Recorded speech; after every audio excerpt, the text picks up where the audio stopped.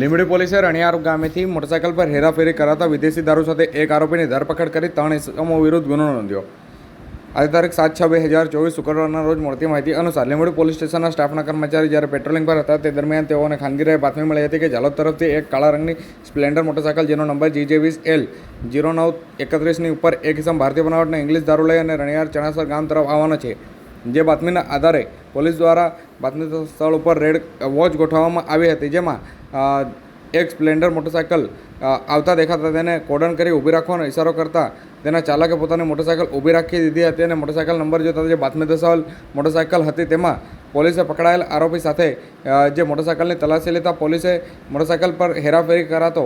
કુલ 35,000 રૂપિયાનો વિદેશી દારૂ જપ્ત કર્યો હતો. તેમજ એક આરોપીની ધરપકડ કરી હતી અને પોલીસે કુલ 65,000 રૂપિયાના